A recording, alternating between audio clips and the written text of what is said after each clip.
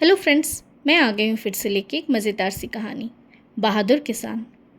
आज की कहानी है एक गरीब किसान कुमार की, जो भले ही पैसों से गरीब था, मगर दिल और हिम्मत से वो इतना अमीर था कि पूरे गांव वाले उसकी मिसाल दिया करते थे। गांव के आखिर में कुमार एक छोटे से झोपड़े में रहता था। उसके पास भले ही एक छोटी सी ज़मीन थी, लेकिन उसका मेहनत करने का जज्बा और ईमानदारी उसकी सबसे बड़ी पूंजी थी। कई बार लोग उसका मजाक उड़ाते थे। अरे कुमार, तेरे बस का नहीं है खेती करना। तुम जितना भी कोशिश कर लो वो बंजर खेत ही रहेगा। छोड़ दो। कुमार इन बातों को कभी दिल से नहीं लेता और मुस्कुरा के कहता, खेती मेरी जान है। जब तक सांस है कोशिश करूंगा, हल चलाऊंगा। ऐसे ही दिन गुजर रहे थे। फिर एक दिन आया भयंकर अकाल। तालाब सूख गए, कुएं खाली हो गए, लोग भूखे पेट सोने लगे। ऐसे में कुमार ने अपनी खटिया बेच दी। उसे उससे जो पैसे मिले, उसने उससे अनाज खरीदा और पूरे गांव वालों में बांट दिया। कुमार को ये सब करता देख उसकी पत्नी रेखा हैरान होके बोली, आप ऐसे ही अगर सारे पैसे खर्च कर दोगे, तो हमारे बच्चों का क्या होगा? कुमार मुस्कुरा के बोला, अगर गांव ही भूख से नहीं रहेगा तो हमारे बच्चे कैसे जी पाएंगे? सब साथ मिलकर ही जी सकते हैं। जैसे तैसे सब गुजर ही रहा था कि कुछ समय बाद गांव में चोरों का आतंक टूट पड़ा। गांव वाले भी अब डर गए थे, लेकिन कुमार ने अब भी हिम्मत नहीं हारी थी। फिर एक रात जब कुमार के पड़ोस में चोर घुस गए, कुमार अकेले ही उन्हें पकड़ने गया। आप क्यों जा रहे हो? तुम देख रही हो ना, पड़ोस में चोर घुस गए हैं।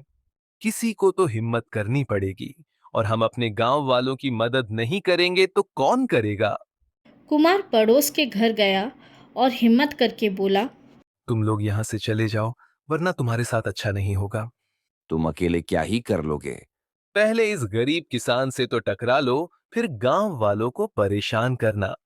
कुमार की ये बहादुरी देख गांव वाले भी हिम्मत करके सामने आए।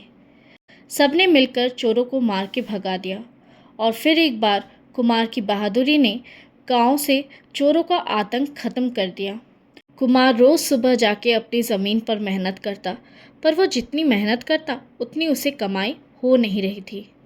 जैसे तैसे दिन गुजर रहे थे, पर कुमार ने अपनी हिम्मत कभी नहीं तोड़ी। वो हर रोज़ उसी उम्मीद के साथ मेहनत करने के लिए निकल पड़ता। कुमार चाहे खुद कितना भी परेशान रहे, लेकिन जब भी उसे दूसरों की मदद करने का मौका मिलता, वो ज़रूर करता। कभी किसी को अपना खाना दे देता, कभी किसी के लिए उसके खेत में काम कर लेता। आप हमेशा सबकी मदद करते हो। कभी परिवार के लिए भी सोच लिया करो।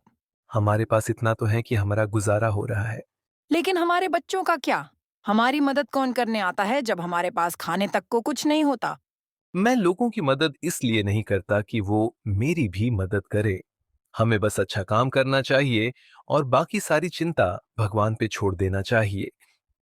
रेखा कुमार की इस मदद और बहादुरी से परेशान थी, लेकिन कुमार हंसते हंसते उसकी बातों को टाल देता और लोगों की मदद करता रहता। लेकिन कुमार की जिंदगी की परीक्षा यहीं ख़त्म नहीं हुई थी। फिर एक दिन गांव का जमींदार कुमार के खेत पर आया। जमींदार ने धमकी दी, तुम्हें तुम्हारा पूरा कर्जा चुकाना होगा, नहीं तो तुम्हारा खेत मेरा। जमींदार जी, मैं तो थोड़े थोड़े करके वो पैसे दे ही रहा हूं, जैसे हमने तय किया था। लेकिन जमींदार बहुत लालची था। उसने कुमार की एक न सुनी। मुझे अब किस्तों में पैसे नहीं चाहिए, या तो पूरे पैसे दो, नहीं तो ये खेत मेरा।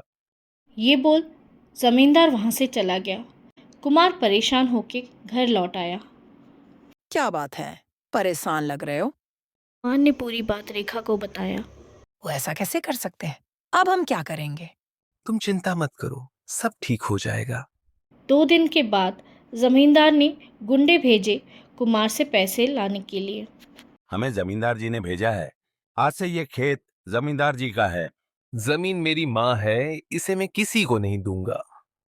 जब जमींदार के लोग वहां से जाने के लिए तैयार नहीं हुए, कुमार भी पूरी हिम्मत से डटा रहा। तभी कुमार के कुछ पड़ोसी वहां आ गए कुमार की मदद के लिए। कुमार की हिम्मत और पड़ोसियों का साथ आखिरकार उन लोगों को झुकने पर मजबूर कर दिया और वो वहां से भाग खड़े हुए। मैंने कहा था, जो दूसरों की मदद करता है भगवान उसकी मदद जरूर करता है। फिर वो दिन आ ही गया। समय बदला और कुमार की मेहनत रंग लाई। उसके खेत लहलहा उठे और अब वो खुशी खुशी अपनी ज़िंदगी बिताने लगा और ऐसे ही पूरी हिम्मत से लोगों की मदद करता रहा।